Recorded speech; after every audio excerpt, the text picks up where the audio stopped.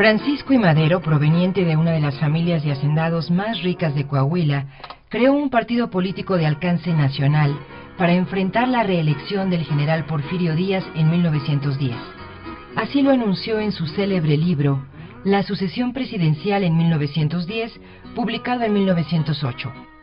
Durante la segunda mitad de 1909, Madero realizó giras proselitistas en diversos estados de la República, cuyo resultado fue la formación del Partido Nacional Antirreeleccionista, que designó al propio Madero y a Francisco Vázquez Gómez como candidatos a la presidencia y vicepresidencia respectivamente.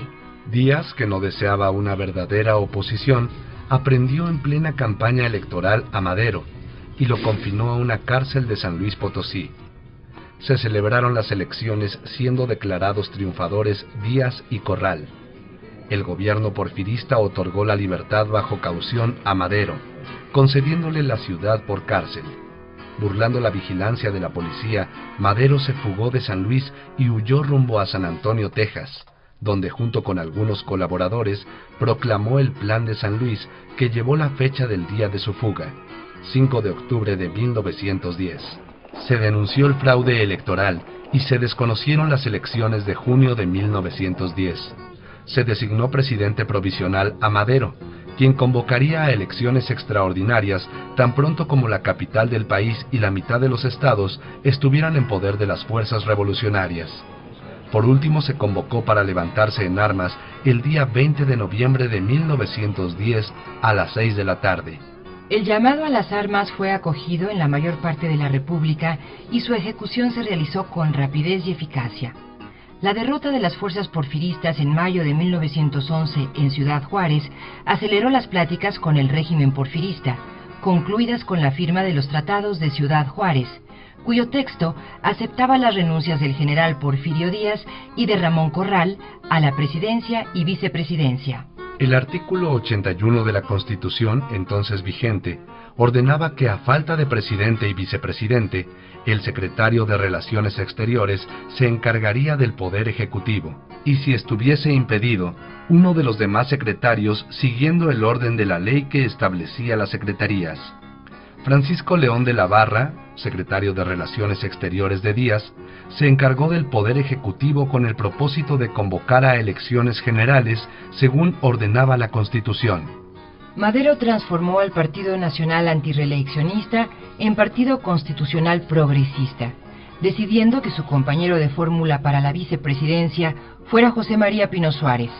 Ganó con claridad las elecciones de octubre de 1911.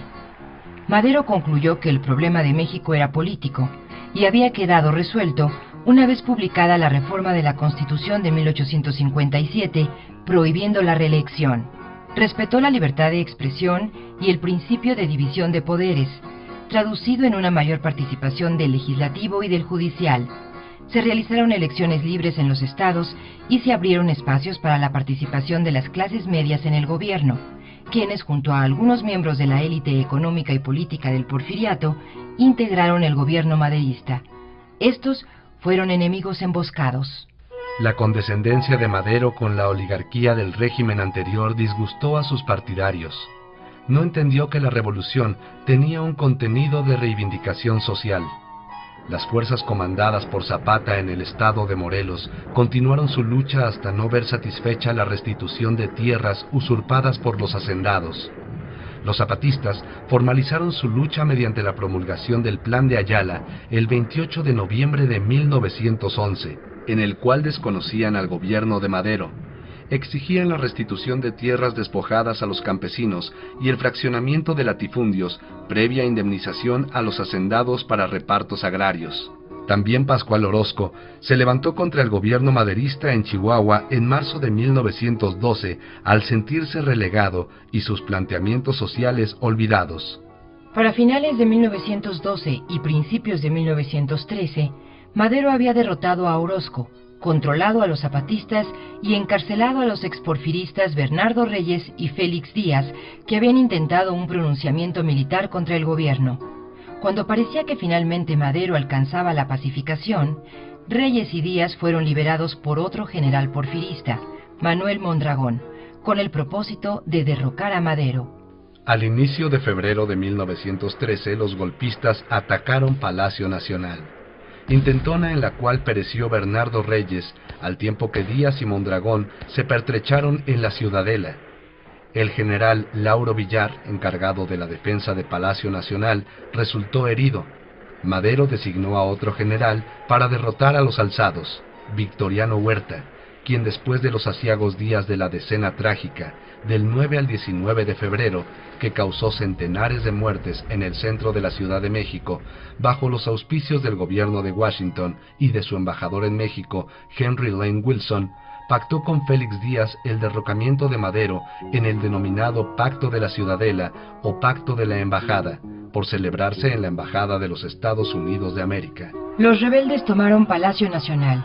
Hicieron prisioneros al presidente Francisco I. Madero y al vicepresidente José María Pino Suárez y los obligaron por la fuerza a renunciar. Bajo la presión militar de los sediciosos, la Cámara de Diputados aceptó el 19 de febrero las renuncias. El mismo día se abrió una sesión extraordinaria del Congreso en la cual Pedro Lascurain, secretario de Relaciones Exteriores, rindió protesta como presidente interino. Designó secretario de Gobernación a Huerta y renunció a la presidencia, con lo cual Huerta se convirtió en presidente interino, de acuerdo con el artículo 81 constitucional, por corresponderle el primer lugar en la lista que la ley establecía entre los secretarios de Estado. La Suprema Corte de Justicia y la mayoría de los gobiernos estatales aceptaron la situación. 3 días después, el 22 de febrero, por órdenes del presidente interino, fueron asesinados los señores Madero y Pino Suárez. Se inició un régimen dictatorial que dio muerte no solo a sus opositores, sino también a sus críticos.